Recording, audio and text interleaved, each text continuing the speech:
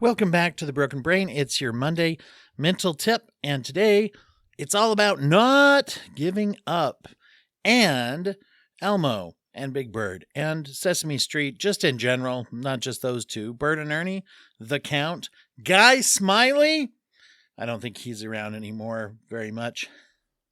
Have you ever noticed on Sesame Street that when they still show some of the old classic, bits. I don't know if sketches is the right word, but they have little scenes and then also music. I like when they play old ones and you see some of the characters who aren't really in. Like, you remember when Kermit used to be on there?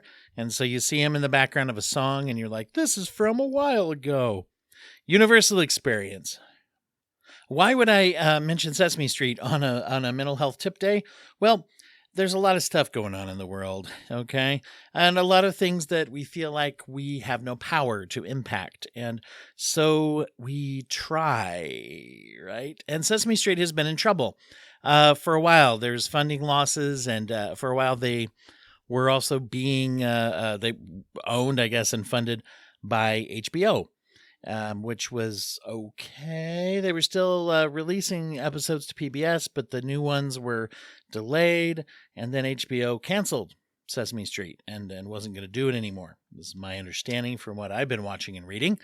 And so there's been some public funding and, kind of a outcry of concern for this. See, Sesame Street comes from PBS, right? And public broadcasting is a free channel that has always been free, in addition, along with sort of local networks when people just had an antenna or just, regular no cable back in the day. And you don't need to pay a monthly fee to be able to watch it on regular TV. And so shows started being developed like Sesame Street or Mr. Rogers are two of the main ones that people think about, with the sole purpose of being able to supply education and some entertainment in a way that was kid-like and fun and palatable for kids, and is free, by the way, so that those who are at a lower socioeconomic status would not be at a disadvantage of access to this particular material. And there's a whole bunch of things that you can see on the PBS Kids app, as well as PBS stations as well. They have all sorts of things like that for kids. They got Martha Speaks. They got Word Girl. You got your Odd Squad, Electric Company a long time ago. Ghost Rider, I think, was on PBS, wasn't it? Call in. Let me know. The phones are lighting up with people talking about Ghost Rider.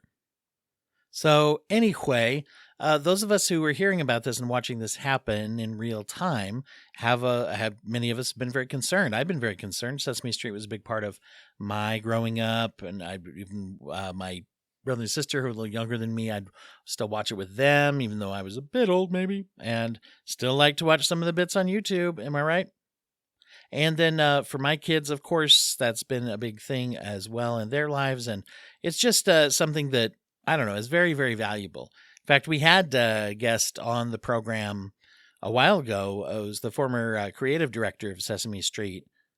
It's in the episode Train Your Amygdala with Anna Housley Jester, talking about her children's book, but she used to run that and work there on Sesame Street as well. I even signed up to toss in a few bucks here and there as well to try to help. And here's the thing. I think it's probably not unusual for us nowadays to say, well, what can I actually do? There's a lot of causes that sort of need some help and only so much of us to go around, right? And I fear that sometimes that actually paralyzes us to where we don't do anything at all, right? I know that is the case for me many times. Well, and so in the vein of not giving up and trying to appreciate what we've done, I'm going to share an announcement with you that I saw today about Sesame Street. It says, we are excited to announce that all new Sesame Street episodes are coming to Netflix worldwide, along with library episodes. And new episodes will be released the same day on PBS stations and at PBS Kids platforms in the U.S., preserving a 50-plus year relationship. The support of Netflix, PBS, and the Corporation for Public Broadcasting serves as a unique public-private partnership. Get those plosives here on the podcast. That's not part of the announcement. I just thought I would share it. Anyway, to enable Sesame Street to continue to help children everywhere grow smarter, stronger, and kinder. Once again, the idea is access to the information and access to the materials that are being put out there. And it looks like, from what I'm reading here, Netflix is investing in it as well and putting the new episodes up, not at a delay, but right away, so people can see it on PBS as well. Now, I don't know anything else about this other than the announcement that I read, but it seems to be a good thing, and I'm just sharing it for that purpose. If you are trying to help something or help a cause or whatever it is, just keep in mind that a lot of these things happen when there is an outpouring of support or interest. Take, for example, if all you can do is give $1 to something and say, I'm going to give $1. And you say, well, that $1 isn't going to go very far, so you don't give it. Or it's like, I just feel badly that that's all I can do, or something like that. But what if I give $1 in a month? That's $12 in a year. Oh, now let's say if you took, there's something like 300 and something million people in the USA, for example, where I live, but you can add up your own people elsewhere, but wherever you live. So let's imagine that a small percentage of Americans say, hey, I'm worried about this problem, and each of them can only give $1. Okay, so let's say, what did I say, 100,000, right? And if they can give $1, that's $100,000 in a month, right? Times 12. So you see what I mean. And now let's say that 50% of those said, my $1's no good, and they don't give it, right? Let's say 80%, right? I mean, it's a much smaller number when we take away 80% of it. That's math, guys. I learned this from Sesame Street. What if all we can do is forward something on our social media? I'm not in a position to donate anything right now, but if I hear about something or a cause, and if I see it on social media, particularly we're all scrolling on there anyway, you probably get tired of hearing me say this over and over, but if you can't do anything else, sharing education and resources and links where people can donate to things, asking for people to do that instead of gifts for your birthday one year, or just, posting anything like that out there on social media is something that you're doing something, because you're trying to expose the information to that whatever slice of 300 million, 300,000 people. So if all that you're able to do is throw a couple bucks towards a problem, or volunteer somewhere to promote something, or go online and keep posting it or sharing it, or just telling people about it, or whatever it is that you're able to do. If you can go to a protest, you can write a letter to a politician, you can write something and put it out there on a blog, or send it to an op-ed newspaper section or something, if those still exist. Anyway, you can do all, whatever you can do. And if it seems small, just remember the number of the slice of 300 million-ish, right? So it's not a very big slice to say tens of thousands, 100,000, maybe more.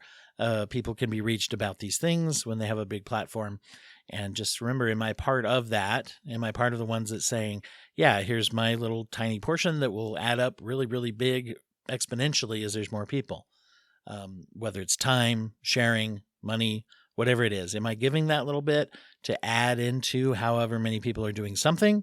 Or am I one of those who doesn't think it's worth it, so therefore we don't? And then we're contributing to the percentage of people who, just don't do anything at all. So keep doing stuff. Don't give up.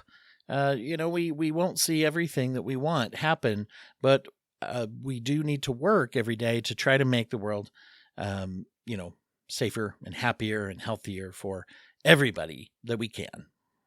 Speaking of that, I'll mention our charity this month is Grand View for Good. Go to grandviewforgood.org and find out about this wonderful nonprofit that is building up community awareness for mental health, particularly with children, and looking for ways to raise funds and help people who cannot afford mental health treatment to be able to find a way to do that. If you choose to donate to the Patreon at patreon.com/brokenbrain, 50% of your donation will go to Grand View for Good. for the duration of your membership, as is the case every month. When people join the Patreon, you get the bonus materials, but you also get 50% of your donation will go to the charity of highlight in that month forever. Everybody have a great day and a great week. We'll be back tomorrow with a brand new interview. And until then, just everybody have a wonderful, wonderful day. Bye.